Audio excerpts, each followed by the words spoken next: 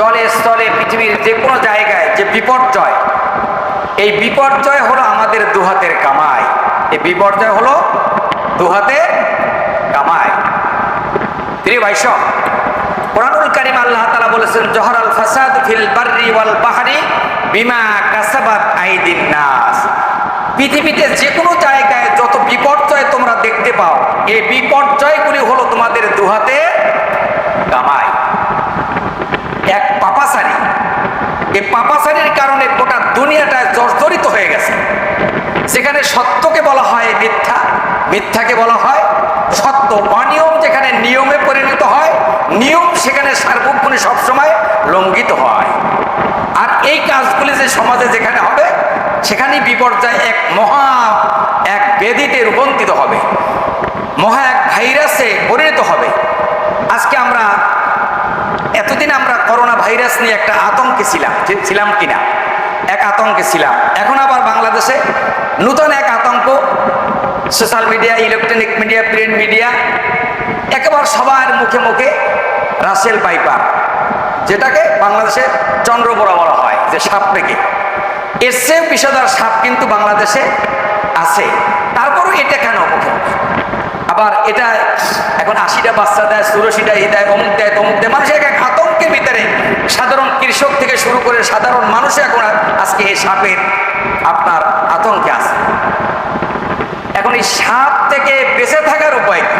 এই বিষধর সাপ, আপনি এটা শুনে আপনার আটকে ওঠেন। তো আমি অনেকবার বলেছি যে সাধারণ একটা মশার কামড় সহ্য করতে পারেন না, কয়েল ধরান, মশারের ভিতরে ঢুকেন, মশারের ভিতরে যদি মশা ঢুকে, এটাকে না মেরে আপনার স্বস্তি আসে না। তো সাপের নাম শুনে আপনি ওঠেন। আর এই সাপ যে আপনার কবরের সাথী হবে, এই সাপ যে জাহান্নামের এক ইন্ধন হবে, সেখান থেকে আপনাকে কে বাঁচাবে? রাসেল ভাইপার যে সাপটি, এই রাসেল ভাইপারের কোনো শক্তি নাই। শক্তিকার যদি আল্লাহ যদি নির্ধারিত করে রাখেন যে আপনি সাপের কামড়ে, সাপের দংশনে আপনার মৃত্যু হবে, পৃথিবীর কেউ আপনাকে রক্ষা করতে পারবে, এই বিশ্বাস থাকতে হবে। আল্লাহর নবী বলেন, আউযু বিকালিমাতিল্লাহি তাম্মাতি মিন শাররি মা খালাক। এই দোয়াটি যখন আমার উম্মত যখন সকাল সন্ধ্যা যখন পাঠ করবে, আউযু বিকালিমাতিল্লাহি তাম্মাতি মিন শাররি মা খালাক, রব্বুল আলামিন দুনিয়ার সমস্ত জাগতীয় বিষধর সাপ এবং বিচ্ছু অন্যান্য প্রাণী যা আছে, তার অনিষ্ট থেকে তোমার কাছে আমি আশ্রয় চাই। দোয়া শিখিয়ে দিলেন কে? আল্লাহ শিখিয়ে দিলেন। তো আউযু বিকালিমাতিল্লাহি তাম্মাতি মিন শাররি খালাক। অন্য আরেকটি দোয়া আছে, আল্লাহুম্মা ইন্নী আউযু বিকা মিনাল হারাম ওয়া আউযু বিকা মিনাত তারাদ্দি ওয়া আউযু বিকা মিনাল গরকি ওয়াল হারাকি ওয়া আউযু বিকা আন ইয়াতাখাব্বাতানি আশ-শাইতানু ইনদাল মাউতি ওয়া আউযু বিকা আন আমুতা ফি সাবিলিকা মুদবিরা ওয়া আউযু বিকা আন আমুতা লাদিগা। রব্বুল আলামিন, আপনার কাছে আশ্রয় চাই হঠাৎ মৃত্যু থেকে, অ্যাক্সিডেন্টের মৃত্যু থেকে, আগুনে পুড়ে পুড়ে মরা থেকে, পানিতে ডুবা থেকে, বজ্রপাত থেকে, সাপের দংশন থেকে। রব্বে কারীম, আপনার কাছে আমরা আশ্রয় চাই। আশ্রয় চাই কার কাছে? তো সাপকে ভয় না করে ওই সাপ যিনি পাঠিয়েছেন সে মালিককে ভয় করতে হবে, সে আল্লাহকে ভয় করতে হবে। বন্ধুরা আমার, বাইরে আমার, যুগে যুগে আল্লাহ শাস্তি দিয়েছেন, যুগে যুগে আল্লাহ তাআলা আযাব দিয়েছেন, যুগে যুগে আল্লাহ আযাব দিয়েছেন, গজব দিয়েছেন। আবার বান্দাকে আল্লাহ পাক ভালোবেসেছেন। বন্ধুরা আমার, বাইরে আমার, এই আযাব গজব শুধু দুনিয়াতে এখন চলতেছে না, আগেও ছিল, এখনো আছে, ভবিষ্যতেও থাকবে। বনি ইসরাঈলদের মাঝে আল্লাহ রাব্বুল আলামিন এমন আযাব দিলেন, এমন গজব দিলেন। আল্লাহ রাব্বুল আলামিন বলেন, ফারসালনা আলাইহিমুত তুফানা ওয়াল জারাদা ওয়াল কুম্মালা ওয়াদ-দাফাদিয়া ওয়াদ-দামা আয়াতিন মুফাসসালাত ফাস্তাকবারু ওয়া কানু কওমান মুজরিমিন। মানুষ যখন তার মানুষত্ব থাকে না, আল্লাহর রহমত ওই জাতির থেকে আল্লাহ কেড়ে নেন, আল্লাহর রহমত তাদের কাছ থেকে আল্লাহ তুলে নেন। যখন বনি ইসরাঈলেরা নাফরমানি শুরু করে দিল, আল্লাহর অবাধ্য কাজ শুরু করে দিল, ফারসালনা আলাইহিম তুফানা, আল্লাহ মহা তুফান দিলেন। এই তুফান দিয়ে তাদের বাড়িঘর ফসল ইত্যাদি যা ছিল সব ধ্বংস হয়ে গেল, বাড়িঘর উড়ে গেল, গাছপালা ভেঙ্গে পড়ে গেল, জমিনকে ছিন্ন বিচ্ছিন্ন করে দিল। তুফান দিলেন, এমন তুফান দিলেন যে তুফানে ঘরেও থাকা যায় না, বসে থাকা যায় না, ছাদেও পালান যায় না, বিল্ডিং ইমারতের ভিতরে লুকিয়ে থাকা যায় না। এমন আযাব দিলেন, গজব দিলেন আল্লাহ। আযাব গজব দিয়ে আল্লাহ তাদেরকে সতর্ক করার জন্য আল্লাহ চেষ্টা করলেন। তাতে তারা কর্ণপাত, তা ফিরেও তাকাইলেন না। ফারসালনা আলাইহিম তুফানা ওয়াল জারাদা, আল্লাহ তাআলা তাদেরকে একের পর এক আযাব পাঠাইলেন, পঙ্গপাল প্রেরণ করলেন, ফলকুম্মালা উকুন পরিদয় বস্ত্র উকুত দিলেন এবং ব্যাং দিলেন, পানিতে রক্ত পরিণত করে দিলেন। আল্লাহ তাআলা এই সমস্ত আযাব দিয়ে বান্দাদেরকে সতর্ক করার চেষ্টা করলেন। কিন্তু জোরে শুনে না ধর্মের কাহিনী। এই আযাব গজব পাওয়ার পরে তারা বললেন এটা হলো মূসার জাদু, মূসা আমাদেরকে এই দেশ থেকে আমাদেরকে বহিষ্কার করতে চায়। আমাদেরকে কি করতে চায়? বহিষ্কার করতে চায়। এটা হলো মূসার জাদু। বন্ধুরা আমার, বাইরে আমার, আল্লাহ পাক আযাব দিলেন, তুফান দিলেন, পঙ্গপাল প্রেরণ করলেন, পরিদয় বস্ত্রে উকুন দিলেন। আল্লাহ পাক তাদের খাদ্যের ভিতরে ব্যাং হয়ে যেত। খাবার সুন্দরভাবে সুস্বাদু খাবার রেখে ঢাকনা দিয়ে রেখে দিতেন। ঢাকনা যখন হাত দিয়ে ভাবে তুলতেন তখন ড্যাকের ভিতরে দেখতেন যে এগুলা ব্যাং হয়ে লাফালাফি করতেছে ভিতরে। পানির তৃষ্ণা আসছে, পানির গ্লাস হাতে নিয়েছেন, পানি না হয়ে এটা রক্তে রূপান্তরিত হয়েছে। ওরা বললো যে এটা মূসার এক প্রকারের মহা জাদু, আর এই জাদু করে আমাদেরকে এই দেশ থেকে বহিষ্কার করতে চায়। বন্ধুরা আমার, বাইরে আমার, এটা ছিল তাদের কৃতিকর্মের ফল। এটা ছিল তাদের কৃতিকর্মের ফল। তারা নাফরমানের সীমা অতিক্রম করছিল। আল্লাহ পাক তাদের উপরে রাগান্বিত হয়েছিলেন। আল্লাহ পাক তাদেরকে ছোট ছোট আযাব দিলেন। আল্লাহ ইচ্ছা করলে আমাদেরকে, আপনাকে, আমাকে ধ্বংস করে দিতে পারেন কিনা? পারেন না? পারেন। তো আল্লাহ তাআলা দিচ্ছেন না কেন? এখন আল্লাহ তাআলা ছোট ছোট আযাব দেন। যেমন করোনা ভাইরাস দিয়ে আল্লাহ গোটা দুনিয়াবাসীকে আল্লাহ জানিয়ে দিলেন, আল্লাহ মেসেজ দিলেন যে দুনিয়ার কেউ কারো আপন না, আল্লাহ ছাড়া কোনো আপন নাই। দেখেন না, ভাইয়ের লাশ ফেলে দিয়েছে, বাবার লাশ ছেলে ফেলে দিয়েছে, মায়ের লাশ রেখে গিয়েছে। এটা আঞ্জুমানে মফিদুল ইসলাম তারা দাফন দিয়েছে, বিভিন্ন সংস্থা দাফন দিয়েছে। করোনা ভাইরাস শিক্ষা দিয়েছে যে কেউ কারো আপন না। এখন আসেন বন্ধুরা আমার, বাইরে আমার, এই যে রাসেল ভাইপার এই সাপ নিয়ে যে আতঙ্ক, আপনি আতঙ্ক বিরাজ করতেছেন, বাড়ির ঝোপঝাপ পরিষ্কার করতেছেন, বিছনা রাতের বেলা বিছনা পরিষ্কার পরিচ্ছন্ন করে যাচ্ছেন, ভালো জিনিস, ভালো কথা। কিন্তু এই রাসেল ভাইপার আপনাকে যদি আপনার অবধারিত থাকে মৃত্যু, পৃথিবীর কেউ রক্ষা করতে পারবে না। আর আপনি যদি মনে করেন যে এই আযাবটা আবার নূতন করে যে এসেছে, এটা আমাদের দেশে ছিল না, আবার এসেছে, এটা 80টা বাচ্চা দেয় এবং এটা ডিম দেয় না, বাচ্চা দেয়, অল্পর মধ্যে বিশাল বংশ বিস্তার করেন। এই সাপ থেকে দুনিয়াতে আমরা বাঁচতে চাই, আখিরাতে আমরা বাঁচতে চাই, তাহলে বাঁচার জন্য আল্লাহর কাছে আত্মসমর্পণ করা ছাড়া আর কোনো পথ নাই। এটা তো বুঝে না, এটা বুঝে না যে আমরা এই রাসেল ভাইপার বা চন্দ্রপোড়া এই সাপটা থেকে আমরা বাঁচার জন্য কত অর্গানাইজ। সাপে কাটলে কি করবেন, কোথায় যাবেন, অ্যান্টিবডি, আপনি হাসপাতালে যাবেন, আপনাকে ইনজেক্ট করা হবে, অমুক করা হবে, তমুক করা হবে। কিন্তু এ কথা বলে না যে আপনি তাওবা ইস্তেগফার করেন। কেন এই আযাব গজব, একের পর এক আযাব গজব? সাপ আপনার কাছ থেকে পলায়ন করবে, সাপ আপনার কাছ থেকে কি করবে? পলায়ন করবে, সাপ চলে যাবে। আউযু বিকালিমাতিল্লাহি তাম্মাতি মিন শাররি মা খালাকা। ও আল্লাহ, আপনি এই আযাব দিয়ে, সাপের দংশন দিয়ে, বিষধর সাপ দিয়ে আমাকে শেষ করে দিয়েন না। আপনি যখন আল্লাহর কাছে ফরিয়াদ করবেন, রব্বে কারীম আপনার দোয়াই রব্বুল আলামিন মঞ্জুর করবে। বন্ধুরা আমার, বাইরে আমার, তাহলে আমরা সাপ থেকে বাঁচার জন্য চেষ্টা করি। ওই সাপ যিনি পাঠিয়েছেন তার কাছে আত্মসমর্পণ করি না। ঠিক কিনা?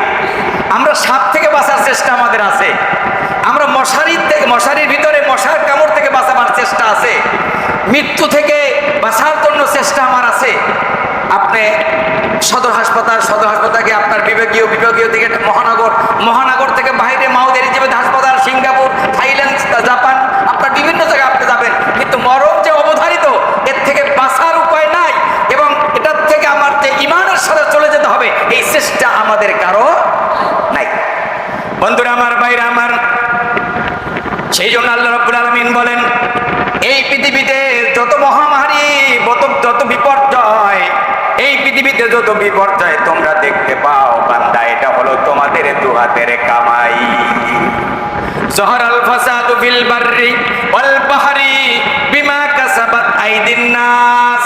ও বান্দা, বাঁচতে চাও, যদি বাঁচতে চাও আল্লাহর কাছে ফিরে এসো, আল্লাহর কাছে ফিরে এসো, আল্লাহর কাছে তওবা করো, আল্লাহর কাছে একনিষ্ঠ তওবা করে তুমি বান্দা আল্লাহর কাছে ফিরে এসো, আল্লাহ জলে স্থলে মহাবিপর্যয় থেকে তোমাকে আল্লাহ রক্ষা করবে। না হলে ঘরের বারান্দা ছিদ্র বন্ধ করে আপনি যত কিছু চেষ্টা করেন, আল্লাহর আযাব থেকে ইতিপূর্বে কেউ রক্ষা পায় না, এখন যদি পাপাচারী না ছাড়েন আল্লাহর আযাব থেকে কেউ রক্ষা পাবেন না। বন্ধুরা আমার, ভাইরা আমার,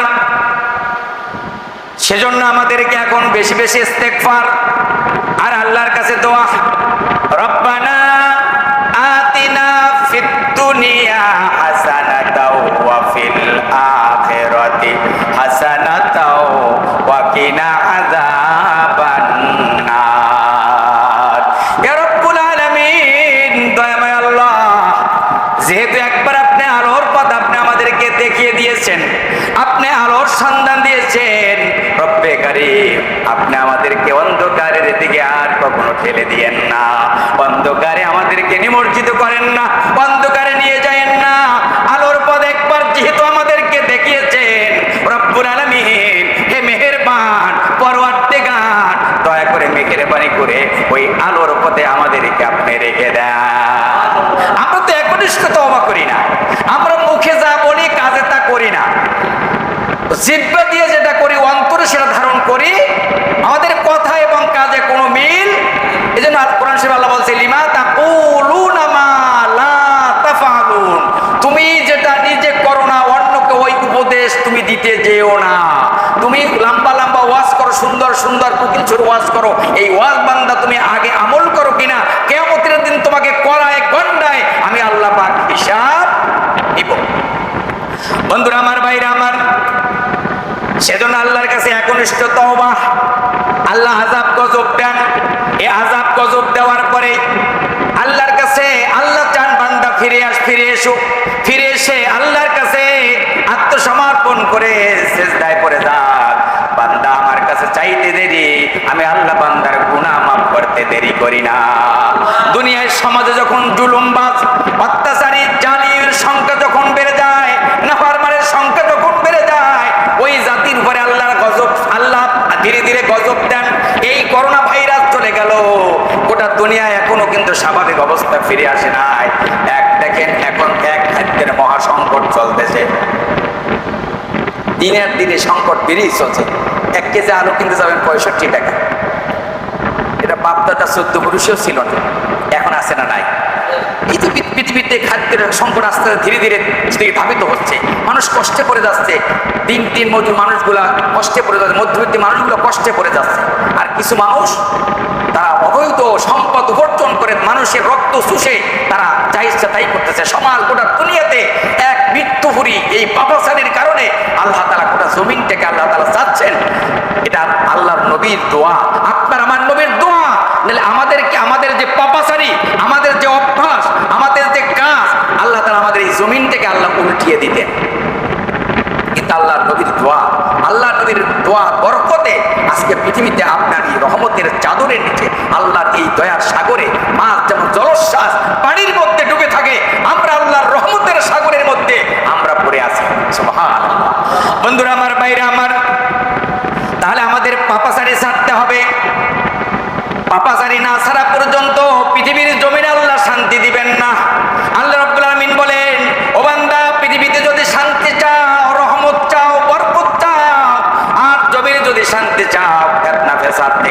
বেঁচে থাকতে চাও তাহলে তোমরা একনিষ্ঠভাবে তওবা করো আর আল্লাহ রব্বুল আলামিনের বিধিবিধান মেনে তোমরা জীবন যাপন করো। আর যদি না করো তাহলে যুগে যুগে বহু জাতিকে আমি ধুকে ধুকে তাদেরকে মেরেছি, তোমাদেরকেও সেদিকে ধীরে ধীরে আমি পাকড়াও করার জন্য আমি নিয়ে যাচ্ছি। প্রিয় ভাই সব, আজকে আমরা অধিকাংশ মানুষ আমরা যারা ঈমান এনেছি এর ভিতরে বিশাল একটি অংশ এটা শুধুমাত্র মুখেই আমরা ঈমান এনেছি, বাস্তবতা আমাদের কাজ এবং কথার সাথে কোনো মিল নাই।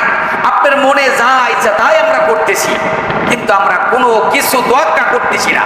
সেই জন্য আল্লাহ তাআলা বলেছেন ফারসালনা আলাইহিমুত তুফানা ওয়াল জারাদা ওয়াল কুম্মাল ওয়াদ দফাদিয়া আয়াতিন মুফাসসালাত ফাস্তাকবারু ওয়া কানু কওমান মুজরিমিন। আমি যেমন বনী ইসরাঈলদেরকে আযাব দিয়েছিলাম, গজব দিয়েছিলাম, আর এই গজব থেকে পৃথিবীর কেউ তাদেরকে রক্ষা করতে পারে, তোমাদেরকে কেউ পারবে না, তোমাদেরকে কেউ রক্ষা করতে পারবে না। আল্লাহর আযাব মোকাবেলা করার সাধ্য পৃথিবীর কারো ইতিপূর্বে ছিল না, এখনো নাই, ভবিষ্যতেও থাকবে না।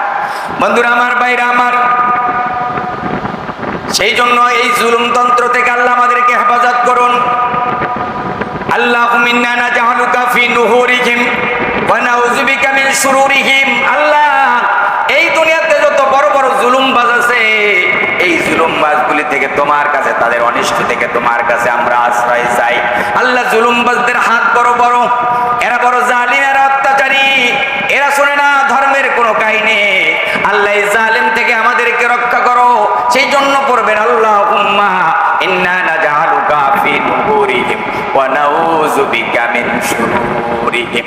আল্লাহ, জালিমের অনিষ্ট থেকে, অত্যাচারীর জালিমের অনিষ্ট থেকে আমাদেরকে আল্লাহ হেফাজত করে। নবী শিখিয়ে দিয়েছেন আল্লাহুম্মা আনতা দুদি ওয়া আনতা নাসিরি বিকা আহুল ওয়া বিকা সুল ওয়া বিকা উকাতিল। রব্বুল আলামিন, অত্যাচারী যারা জালিমবাজ, যারা জুলুমবাজ, এদের শক্তি যত বড়, পাওয়ারফুল তার আল্লাহ, দয়া করে মেহেরবানি করে আল্লাহ তাদের অনিষ্ট থেকে আল্লাহ আপনার কাছে আমরা রক্ষা করার জন্য, আপনার কাছে আল্লাহ তাদের অনিষ্ট থেকে আমরা আপনার কাছে পানাহ চাই। এই জালিম থেকে আল্লাহ আমাদেরকে আলাদা করে দেন, জালিম থেকে আমাদেরকে ভালো রাখেন আল্লাহ। আমরা এই জালিমকে আমরা পরোয়া করি না।